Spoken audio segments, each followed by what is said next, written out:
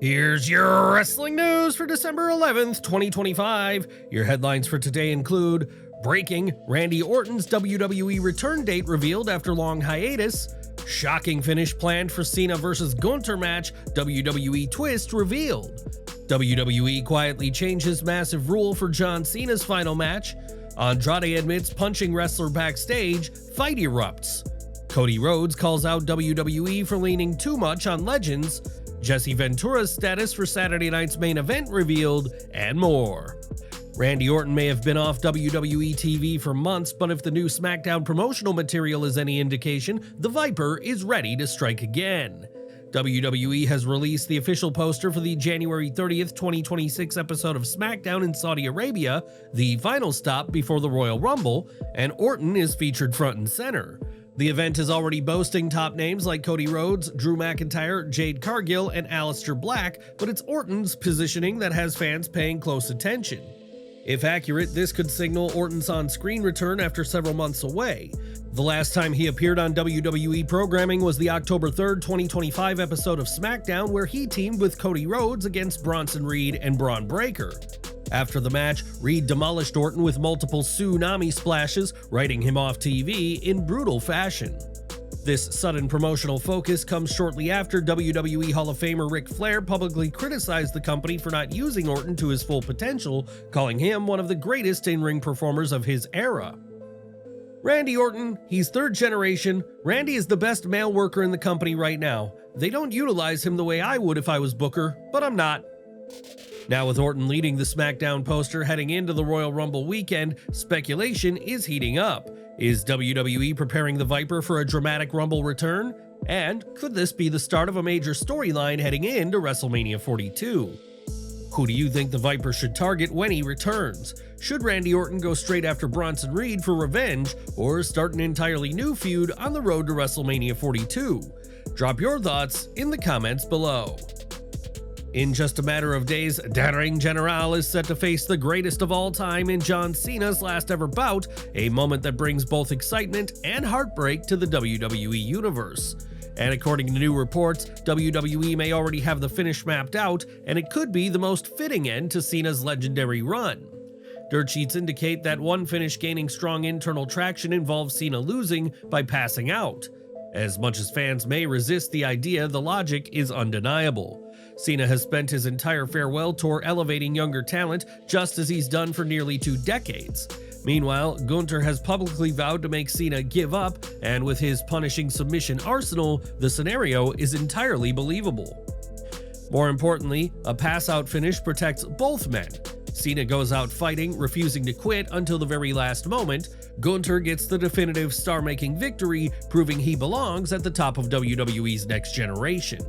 Cena entered WWE as the man who never backed down, leaving WWE by giving every last ounce of himself until his body can no longer fight is arguably the most poetic ending he could have. Adding to the significance of the moment, Bryan Alvarez revealed that Cena's retirement show has no runtime.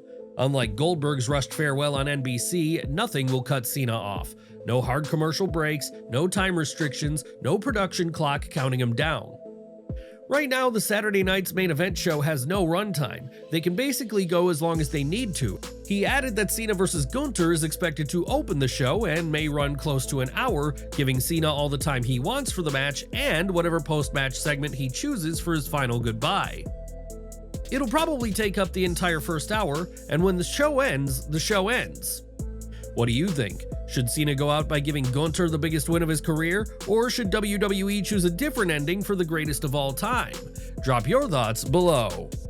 Enjoying the video? A quick like goes a long way in helping us grow and deliver more wrestling news you care about. The 2026 Royal Rumble is already shaping up to be one of WWE's biggest events of all time, and the demand proves it. According to the official ticketing site, more than 868,000 fans are currently waiting in the online queue for tickets for the January 31st premium live event in Riyadh, Saudi Arabia. That staggering number highlights just how massive the global anticipation is for this year's Rumble. With surprise returns expected, huge stakes on the road to WrestleMania 42, and WWE's international expansion at full throttle, the excitement is reaching a level rarely seen for any wrestling event. What do you think about the insane demand for Royal Rumble 2026? And who's your pick to win it all next year? Drop your predictions in the comments below. Andrade El Idolo has finally broken his silence on the infamous backstage altercation with Sammy Guevara, and he's confirmed what many suspected: he threw the first punch. The tension between Andrade and Guevara dates back to 2022 when the two exchanged heated words on social media, leaving fans unsure whether it was a work or a shoot. Not long after, reports emerged of a physical confrontation backstage at AEW Dynamite. In a recent interview on El Ring, Andrade walked through the entire story, starting with how he learned Sammy had allegedly been talking behind his back and how he confronted him privately. "I ran into him alone in the bathroom. I said, 'Do you have a problem with me?' He told me, 'No, everything's fine.'" Despite the calm exchange, AEW sensed trouble. Still recovering from the CM Punk Elite locker room brawl, the company's legal team stepped in quickly to prevent another public mess. "On Tuesday, the company put us in a group chat and asked us not to make anything public. They told us, 'Please don't escalate this, we've had too many problems lately.'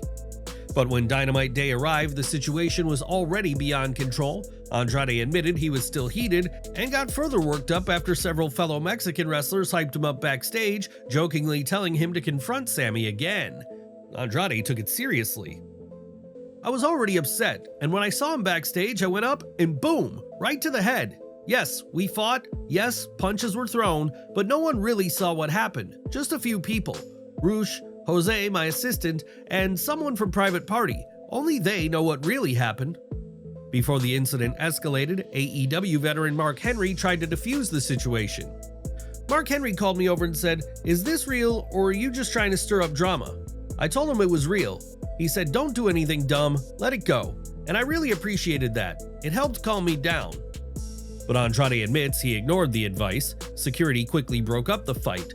Andrade was sent home before the show, and Sammy remained on the card, even winning the main event that night. After the altercation, Andrade revealed he used his 3-month suspension to undergo surgery for a torn pec, an injury he'd been hiding to keep wrestling. What's your take on Andrade confirming the fight? Do you think he really wanted to get fired, or was it just frustration boiling over? Share your thoughts in the comments below. Cody Rhodes has no interest in celebrating the past anymore. His stance on nostalgia in wrestling is officially over. Speaking on his What Do You Want to Talk About podcast, The American Nightmare made it clear that while he respects the icons who built the foundation of WWE, he's not interested in seeing them continuously return for in-ring moments or storyline involvement. For Cody, it's time to look ahead. "I hate nostalgia, but I love my business. I already know what all these guys did for us. Thank you. They've set the table that I get to eat at. But man, they can't keep coming back." Cody emphasized that this isn't about disrespect. He simply believes wrestling evolves best when the spotlight is on the present and future, not on repeatedly revisiting the past.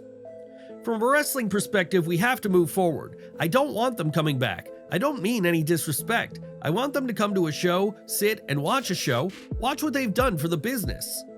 Love him or hate him, Cody is voicing a perspective many in the locker room share but rarely say out loud. And as WWE leans deeper into a new era, Rhodes seems determined to push the industry forward, even if it means challenging sacred traditions that have defined wrestling for decades. When Saturday night's main event returned to WWE programming, one of its biggest attractions was the return of WWE Hall of Famer Jesse the Body Ventura at the commentary desk.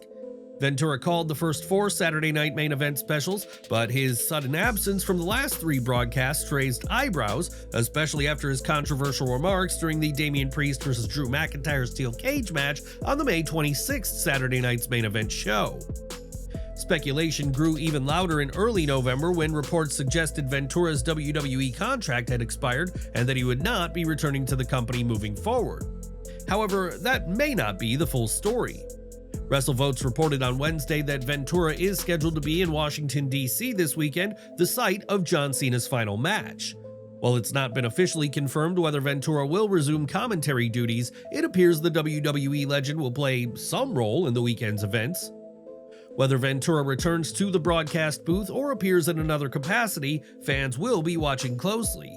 The Body has never been short on personality or quotable moments, and Saturday night's main event could deliver another classic Ventura soundbite as WWE prepares to send Cena off in style.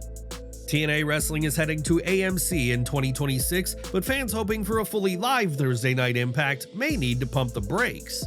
Following last week's major announcement that TNA will move to AMC beginning January 15th, speculation immediately erupted online about whether the show would finally shift to a weekly live format. Now, TNA producer Lance Storm is stepping in to clarify expectations. Speaking on Wrestling Observer Live, Storm made it clear that Impact will not be going live every week at the start. Whether that eventually changes will depend heavily on how the audience responds. I didn't get anything pinned down other than it won't be every week. I suspect long term it'll greatly depend on if the taped shows do as well as the live shows. Storm explained that TNA will be closely monitoring fan reactions and viewership trends as they test a mixed format of live and taped programming. If they do, then there won't be a panic to go live every week, but if the live shows do a lot better, then I would imagine that would be the direction they want to go. He also emphasized the importance of striking a balance early on. You need to go live enough that the fans get the impression that it's a live show, and then once they have that feeling that they're live shows, you can actually have quite a few of them taped and nobody even notices. As TNA prepares for its relaunch on AMC, the strategy is clear: start steady, measure the response, and adjust accordingly. What do you think? Should TNA push for weekly live broadcasts, or is a mixed format the smarter move? Share your thoughts below. Bad Bunny may be one of WWE's most memorable celebrity guests in recent years, but this week he experienced lucha libre from the other side of the barricade. The Grammy-winning global superstar was in attendance for Tuesday night's CMLL show at Arena Mexico, where he attempted to blend in by wearing a Mistico mask, a nod to one of the promotion's most legendary figures. Sitting quietly in the front row and nearly unrecognizable, Bad Bunny took in the action as just another fan, at least until CMLL confirmed his presence with an Instagram post. Though Bad Bunny hasn't appeared on WWE programming since his critically acclaimed San Juan Street fight against Damian Priest at Backlash 2023, his love for professional wrestling is clearly still strong. And the fact that he showed up at a CMLL event while wearing the mask of Mistico underscores just how deep his appreciation for the sport runs. What makes the sighting even more intriguing is that CMLL has an active working relationship with AEW, not WWE. Whether Bad Bunny was simply enjoying a night out as a fan or teasing something more down the line is unclear, but one thing's for certain: his appearance didn't go unnoticed.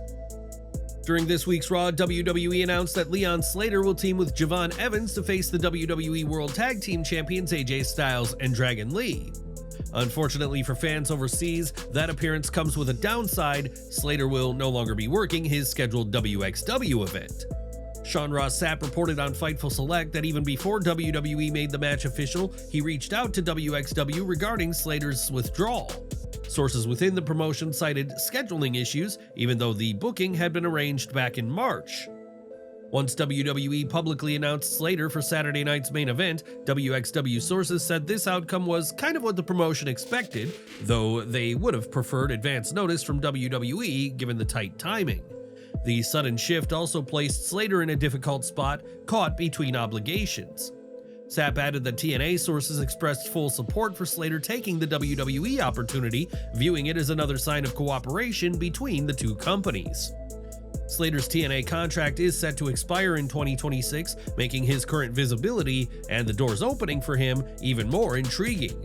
When the time comes, his next move could be one of the major free agent stories to watch. What's your take on Leon Slater getting these high-profile WWE spots right now? Do you think he'll leave TNA for WWE once his contract expires? Drop your thoughts in the comments. Don't miss our next video coming at 5:30 p.m. Eastern with all the latest wrestling updates. Smash that bell icon and select all notifications so you're always in the loop.